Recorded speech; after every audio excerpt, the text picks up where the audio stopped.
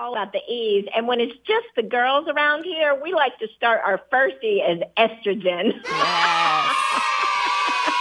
That's right. But we could not do the show without our favorite E, which is our engineer. So, Jen, I'm so glad to be with you today. I know, me too. Thanks, Tracy. It's good to be here. Yes. Well, and so with the Ask Brien radio show, we are all about shortcutting that learning curve for entrepreneurs. And today will be no different. In fact, today is going to be exceptional.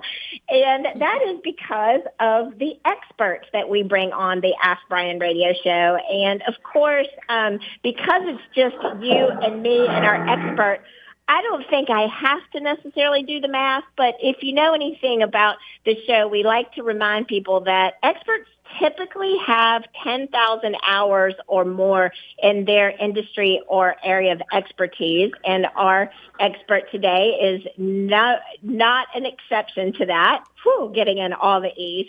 And so I am just going to very enthusiastically bring her on because I'm very excited to introduce Tina Dietz, who is the CEO and founder of Twin Flames Studios. And she also has just a super cool entrepreneurial background story, which also involves therapy, which I'm just asking for a friend. May need to take advantage of that after doing the show. Don't know.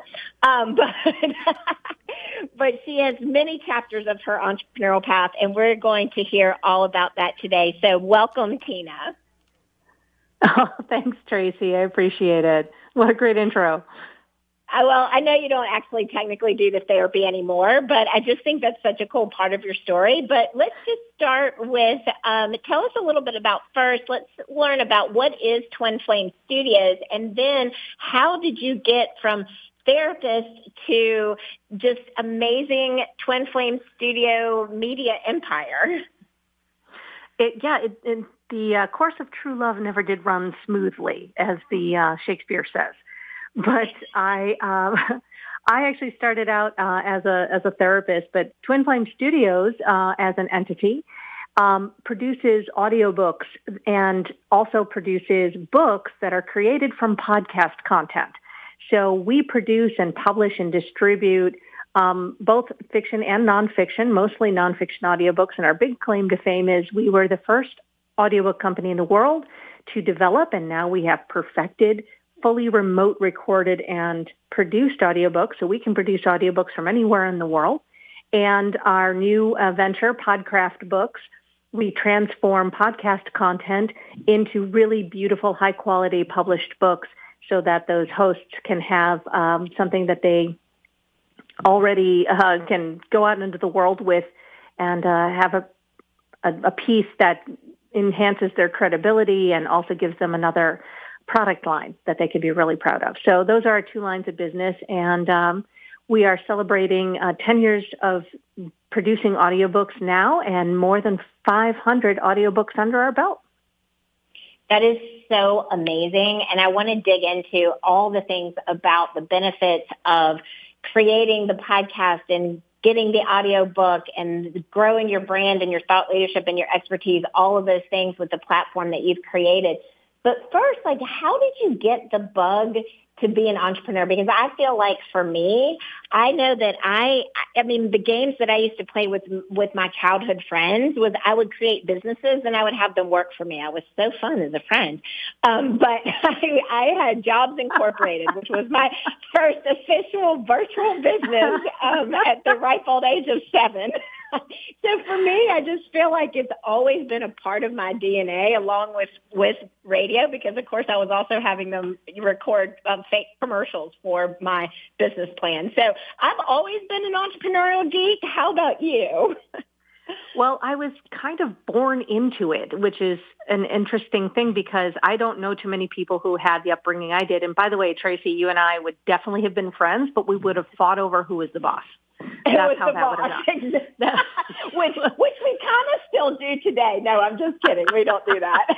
No, but we're good at partnership. I don't know if we would have been good at partnership, back when we were 7. Not too many 7-year-old girls are good at that. At least none that I know. But my parents, when I was 3 years old, my mom actually started, she was a pioneer. She didn't even know it, started a work from home business. And it was selling wood burning stoves and fireplaces. We lived out in the country.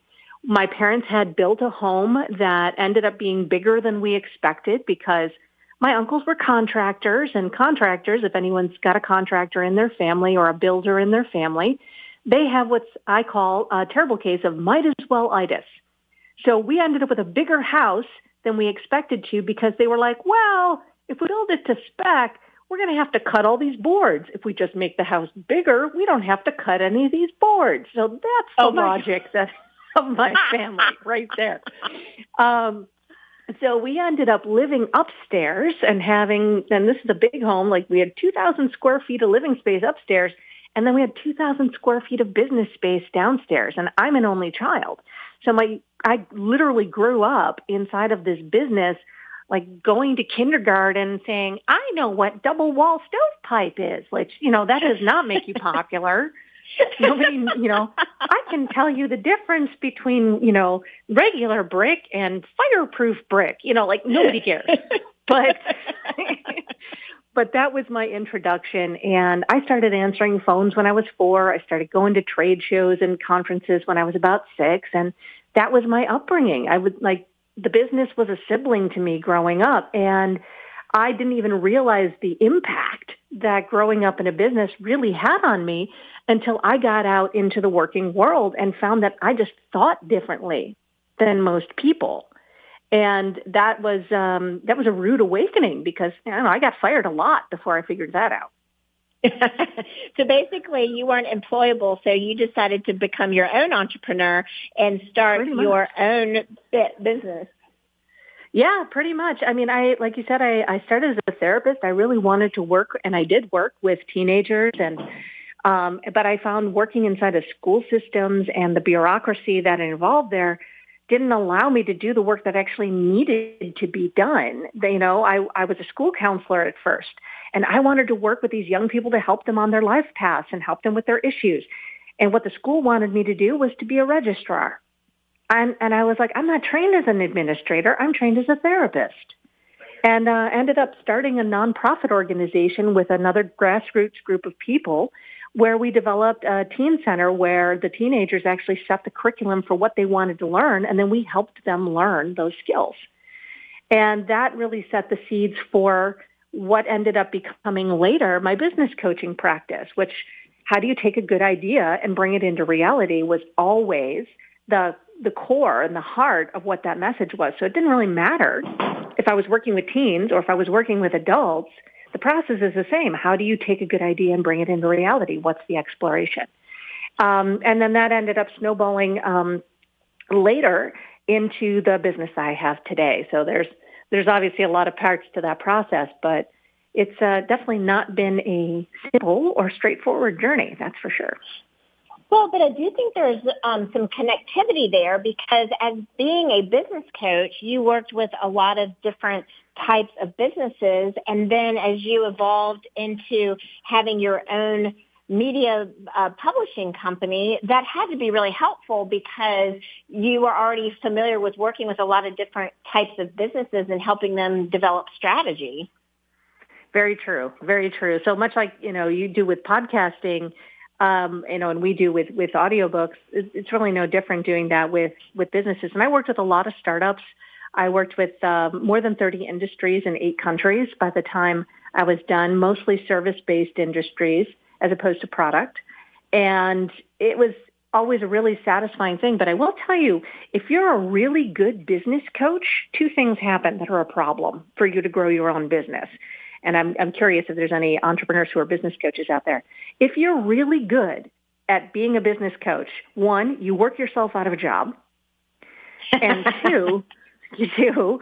And 2, you become invisible because it shouldn't be about you as the coach. And so when you are both invisible and you work yourself out of a job, man, is that annoying. Well, I would say that is very makes retention challenging. But what I've also found is the number 3 bullet point to that is doing business development strategy for so many years is that you also get recruited quite frequently, because I've had more job offers from the companies that I've coached than I can name, but I didn't want to go work for those companies. I just wanted to continue consulting them. Exactly. And I had the same issue. It's like, well, why don't you come and be our director of business development? Why don't you come and be this, C-level position? I'm like, no, that's not what I want to do. Because the other thing, and that this is part of some of the hidden world of entrepreneurship. And I typically see this more with women than with men, but I think it's both, that those of us who deal with things like being neurodivergent or having chronic things in the body, which many, many, many entrepreneurs do. And a lot of us actually, it's one of the reasons that we step off into entrepreneurship is so we can manage our energy, so we can call our own hours, so that we can do what we need to do and be accommodated in ways that a workplace can't or won't do. That's really part of the journey of a lot of us that never really comes to light. And if we're talking about ease, then that, is certainly something that I think that more people need to know when they're thinking about starting a business or starting a consulting agency and all that, and kind of normalize this notion that, sometimes you have to develop things your own way, even in order to survive in this world. Well, and I think that's such a great segue into a question that I had, which is, as being a business coach for a lot of different types of businesses, what are some of the biggest challenges outside of what you just mentioned? Because I think that's so key. What are some of the biggest challenges that you often found as you were working in that side of the business? Sure. A couple really, really stand out. Part of the biggest problem, the biggest hurdle that most companies I was working with were finding were that they had established themselves as a solo person. So a solo massage therapist, a couple of people who had started a cupcake company, somebody who was a Qigong teacher with a thriving practice, a gym owner who had a really good gym owner, and wanted to expand out into having more locations. And the ceiling that they hit over and over again was that they needed to work with other people. They needed to have a team. They needed to hire. And the skills you need to be a solo entrepreneur and run your own stuff and interact with all the clients is a completely different skill set than managing other people. And most businesses die or never make it past that phase. So that is one big, big area. The other, kind of backing up into this, is, of course, getting started and moving through the conversations around sales and marketing. And the big thing that even very successful entrepreneurs still struggle with this sometimes is the notion of having to sell yourself, talk about yourself, espouse your benefits of working with you and all of that. And some of the best advice I ever got about sales was that you never need to be a salesperson. You only ever need to be a problem solver. So if you can't imagine yourself as a salesperson, imagine yourself as a problem solver. Yeah. I love that so much, because what I've found is that we have this tendency to think, oh, I own a business, I started a business, I don't have to do sales. If you have to do sales if you do anything. I mean, even if you're doing a yard sale in your front yard, you still have to get people to it, right? Oh, you want a job, you have to sell. Yeah.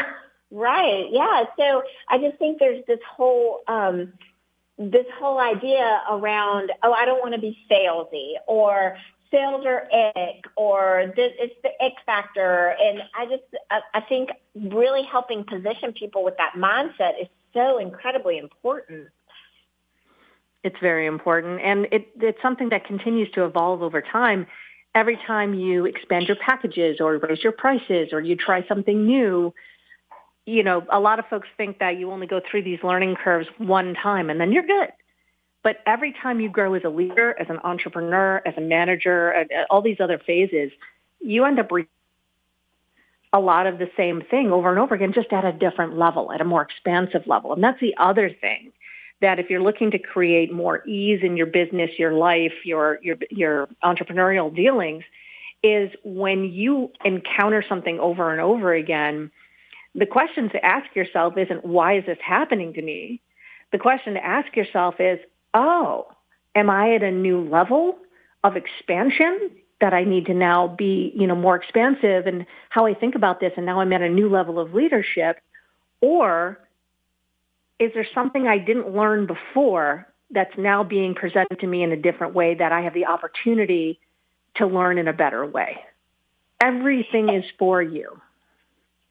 Well, I think, too, that's important when it comes back to mindset, too. It's like you've got to think about everything is for you. And I think what I see is a lot of people thinking everything's against them, especially in the way that people are acting, like personally and professionally these days. It's like I'm seeing a lot more victim mentality, a lot more like, what someone's doing to you, not for you. So share a little bit about how you might be able to navigate that mindset as you start to go to these different levels of business ownership.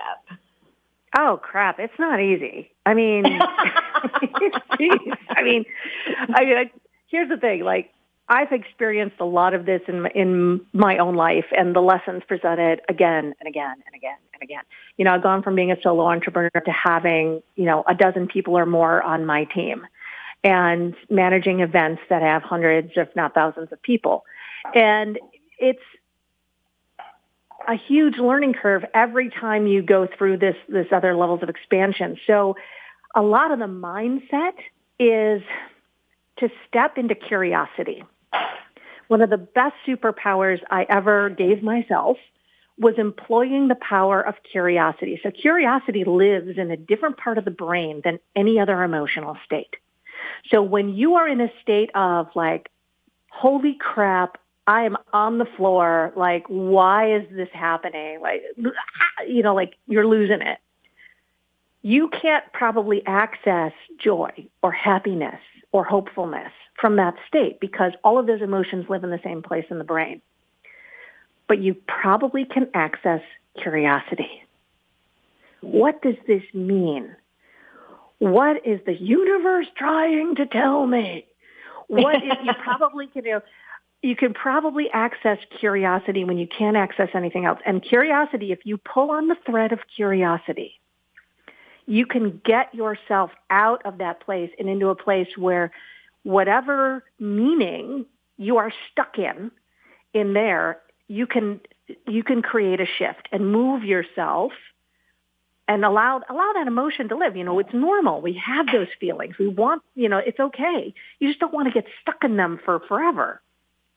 So when you are looking to make that shift, you can start with curiosity and use that as a lifeline to move yourself into a better place emotionally, so you can get to something more neutral. You don't even need to be happy. Neutral is what you want to get to. And then you can start to make choices to move yourself to the next place. And I love the way you're positioning that way, because I don't feel like it's a trait that we talk enough about in terms of really embracing that curiosity.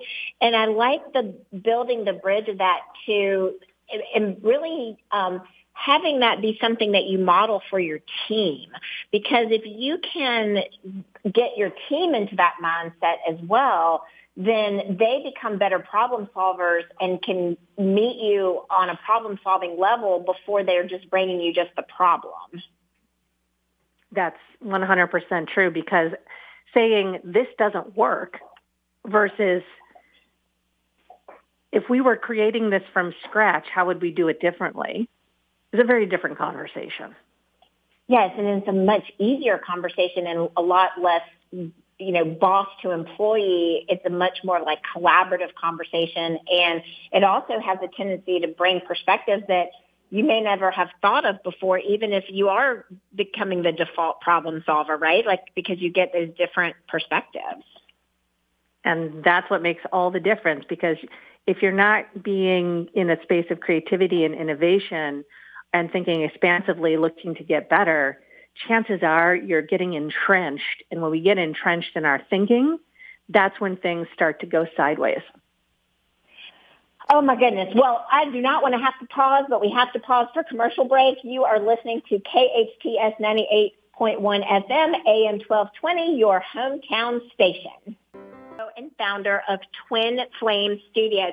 So, Tina, one of the things that I really wanted to get into is how did you make the leap from business coach to CEO founder of Twin Flame Studio? I feel like there's got to be a story in there somewhere. There were two pivotal moments that really stand out. One is that, many years before I started Twin Flame Studios, I was, I'm a theater kid. I won't say former theater kid because there's no such thing. Once you're a theater kid, you're always a theater kid. So I love performing, and I missed it when I was in running my business. I hadn't done it in many years. I had young children. And so I started taking voice acting lessons. And I ended up with an agent, was doing voice acting, took master classes in audiobook narration, thinking, okay, well, this could be a fun thing to do on the side because I'm an entrepreneur. Every hobby I have has to pay me something. That's how we operate. Oh, my God, that's so true. I know, right? Dear Lord. So what I learned in that class was two things. One is that, oh my God, audiobook narration is really, really hard. I don't know if I want to deal with this type of voice acting. And the other was, why the hell aren't my business coaching clients and colleagues, all of whom were writing books or publishing books, why is nobody doing an audiobook? And so I ended up doing a bunch of research. And at the time, there were no studios. There were no companies catering towards self-published authors. There were no companies catering towards like assisted self-publishing or hybrid publishing authors. It was all traditional publishing, which meant that not only did you give up most of your rights and royalties, you had no creative input on what your audiobook sounded like, and you damn sure couldn't record it on your own if you were the author. So a lot of entrepreneurship is really just the result of righteous indignation. We come up with these ideas because we're like, that's ridiculous. I could do that better. And so that was the reaction that I had. Now, but here's the thing. I was still a business coach. I had no idea how to get into this other line of business. So I hung on to this idea. Fast forward to 2015. So now this is probably 2013 or 2012. 2015 was a really, really rough year. And now the good news is that I had pivoted my coaching company a bit, and I had started a podcast. I had fallen in love with podcasting, and I was working with a lovely company and a producer. And the audio questions started coming back up for me because I was very disillusioned with business coaching at the time. My husband had gotten laid off from work, and we were in a challenging position. And I was like, I don't know that I want to keep doing business coaching. What else? And so the audiobooks came back up for me. And I had fallen in love with podcasting. I was like, well, this feels like chocolate and peanut butter, podcasting and audiobooks. Maybe there's something here. And so I ended up going to a conference, and everyone there were business people, all entrepreneurs. Most of them were authors. And I got up on the stage and I asked them two questions. How many of you have published a book? All the hands went up in the air. How many of you have an audiobook version? And all the hands went down. I said, wow. How many of you know, how many of you were aware that audiobooks outsell ebooks 3-1 and are $1 billion industry in the U.S.? And there was this collective in the room. And I asked folks to give me their business cards to take a survey because I was not sure at the time if I was going to create a course on creating an audiobook or if I was going to do done-for-you services. And I had 40 people take that survey, and it became very clear at the end, done-for-you services was the way to go. And I used that list to reach out to folks and say, I want to do a beta. I'm going to pilot this. Who's interested? And that's how I got my first 4 clients for that particular line of business. And after that, I was absolutely hooked, and referrals started pouring in because it went so well, and I was the only game in town. And so we doubled down on that. And within a year, I had doubled my coaching income that I had from previous, and I was already in a position to start to bring on an assistant to help me, and I had already outsourced all of the production.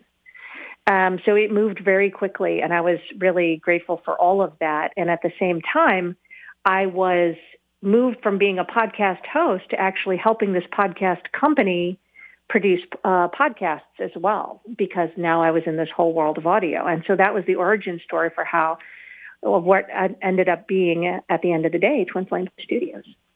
And how did you come up with the name? Well, it actually wasn't originally named Twin Flame Studios. I had a very long and annoying business name that I left behind, but I had ended a long-time marriage and fell back in love and met this amazing man named Robin Thompson.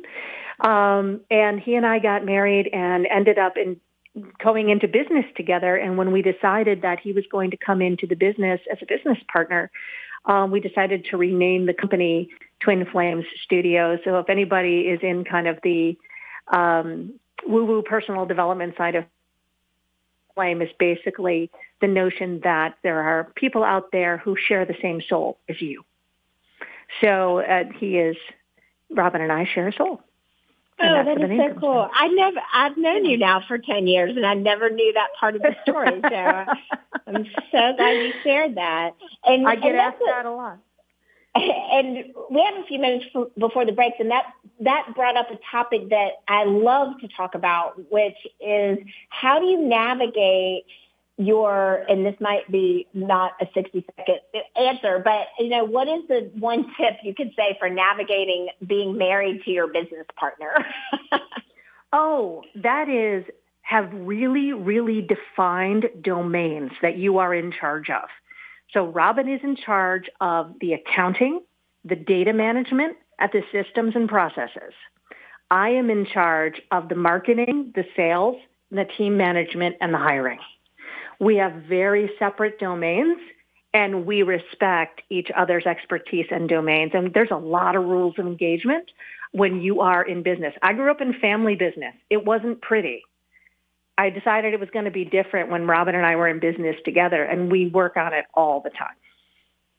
Well, I think that's really another I think that's another big entrepreneurial takeaway for today, which is sometimes you learn what to do from what not to do. It's so true. Back when I was a business coach, people would say to me all the time, "Why don't you work with family businesses? You have so much experience." And I would say, "I would like to remain sane and unmedicated. Thank you." Okay, well, I think that's a perfect time for us to take a break to highlight our sponsor, because if it wasn't for our sponsor, Legal Steps, we wouldn't even be able to have this amazing conversation today. So, Jen? Yes, we want to say thank you to our sponsor, Legal Steps. It's legalsteps.com, LEGALSTEPZ. It's spelled with a Z.com. And the experts at Legal Steps are there every step of the way. I know people probably hear companies say that and they go, "Oh, okay, sure, yeah, whatever.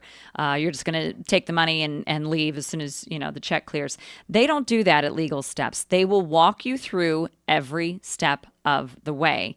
Every legal step. So when you log on to your account at Legal Steps, you've got this, great idea, great product you've been trying to sell or market for however many months, maybe years.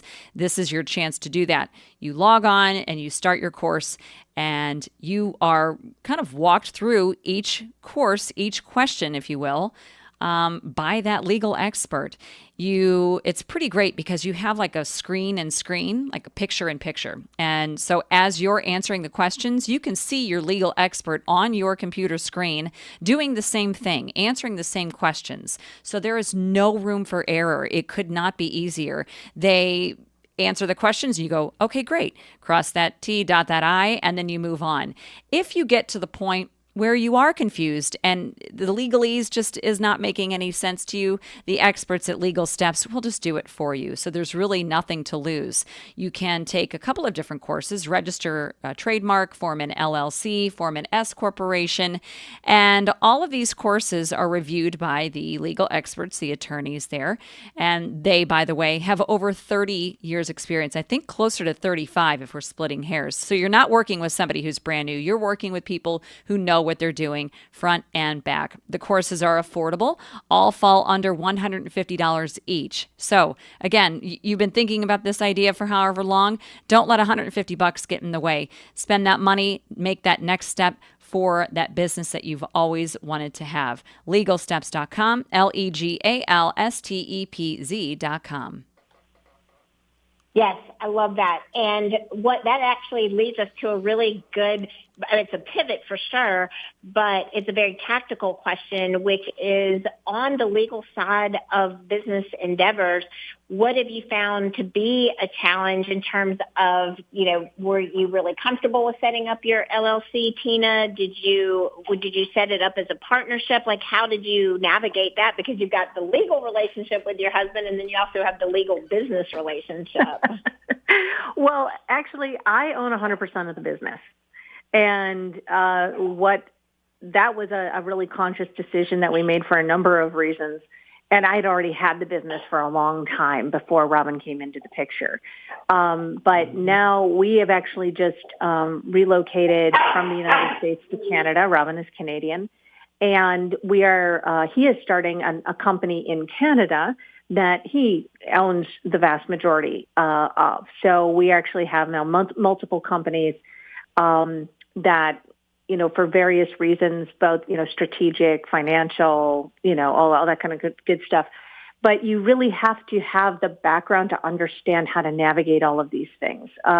Robin has a very strong background both in financial management and bookkeeping, as well as a lot of contract law and contract information. So he knows really how to navigate all of those worlds. And I've had a number of really close friends over the years, all of whom were lawyers and who gave me a lot of free advice over the years. So I think it's really important to educate yourself on these matters and not go off half-cocked. Like we just navigated a trademark process, and it's still in process, but we hired a lawyer to do that because there's a lot of things that can go wrong in that process. And it's more expensive to clean up what could go wrong than to get ahead of it and pay for somebody who knows to get it done right. Well, that would be music to Peter's ears if he were here today. So I'm sure he actually could even be listening or watching. And so shout out to Peter we all believe in getting a trademark attorney, because even though Legal Steps is a great process to help you on your own, I completely agree with you in terms of when you're dealing with complex legal issues, it is always best to hire the expert. And I do think that is true in all areas. Like we can sometimes as business owners really, it's so tempting to be penny wise and dollar foolish, but hiring an expert, and when you're standing up in front of that audience like you were when you launched Twin Flame Studios and saying, hey, who has this, who needs this service, and building something and becoming the expert in that, how are you leveraging your industry expertise in building your business today versus that day when you were just basically getting your focus group research done? Yeah, exactly. So I've spent a fair amount of time making the audiobook side of the business pretty autonomous. We have an incredible team.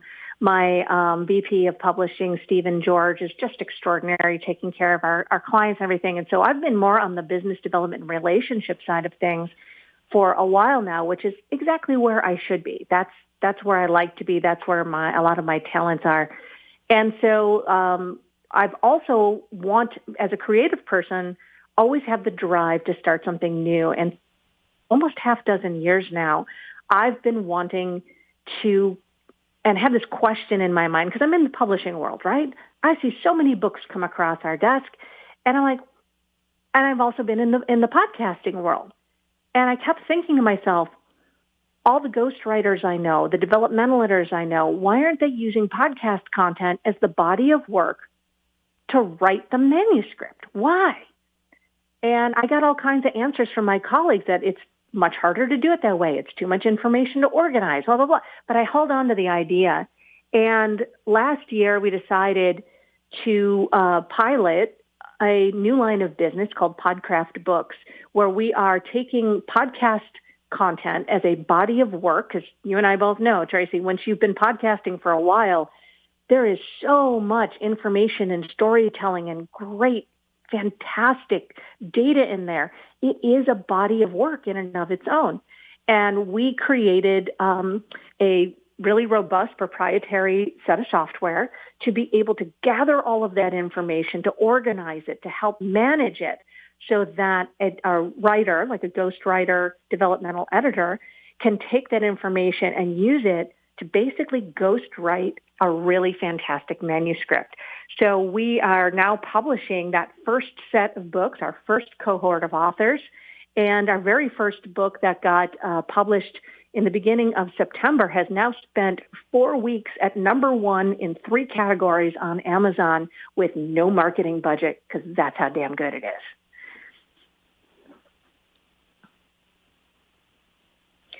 So that's basically the story of the pivot that we've had in just this last year. It's been really exciting, and we're looking now for our authors for 2026. And so we're going to do a cohort, hopefully, of about 20 podcast hosts who really need about 50 episodes of their podcast for us to look at making a book of good, solid content that's all around a central couple of themes.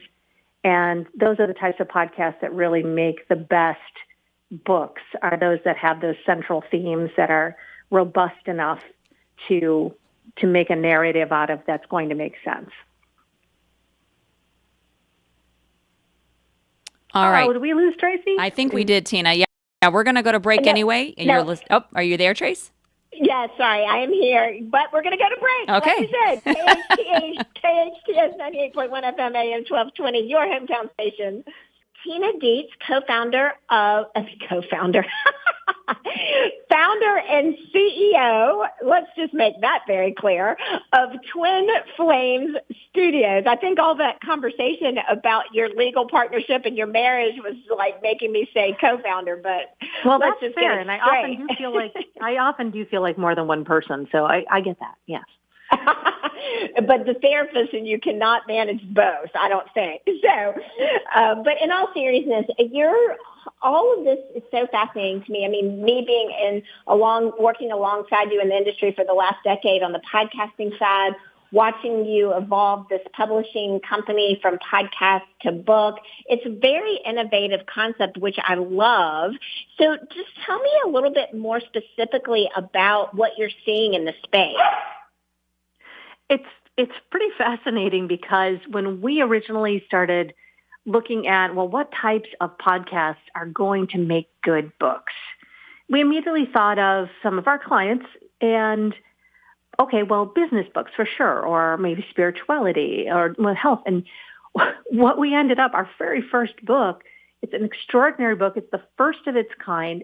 It's called Helping the Helpers, and it's the world's first clinical guide for mental health professionals to help them work with first responders. It's nothing, this does not exist on the planet. And it was created from a podcast called Responder Resilience, which has over 200 episodes. There's 3 co-hosts. One is a former fire lieutenant, and the other 2 are both mental health professionals who specialize in working with first responders. And they interview leadership from first responders, actual first responders. So police officers, veterans, medical techs, EMS, firefighters, like all across the board of all of these different service positions. And one of the things that's come up is just there's so much trauma in those areas. Now this book exists, and it's being picked up by organizations all over the country that need this work, and it's being picked up by clinicians all over the country who want to be more effective in working with these populations. That was created out of a podcast. And so we really started to think, my God, what else could we do? So one of our mutual colleagues who's been wanting to create a book for years has over 500 episodes of a podcast. Her book is coming out very soon at the end of October, called Uncomplicating Wellness. And one of the things that was a check is that we wanted this to be a foundational book for her, because with 500 episodes, it could be multiple books. So we had to make sure that this book didn't cannibalize the other books that she might want to write down the road. But it's this beautiful foundational, very conversational piece. We have a leadership book coming. We have a parenting in midlife, like the sandwich generation book coming out. So we're finding that there's all different topics that we can tackle with this when the content is robust. And one of the things that gets me really excited is that once this body of work has been taken in by our system and defined, now we can use that body of work to inform other podcast episodes that they might want to create.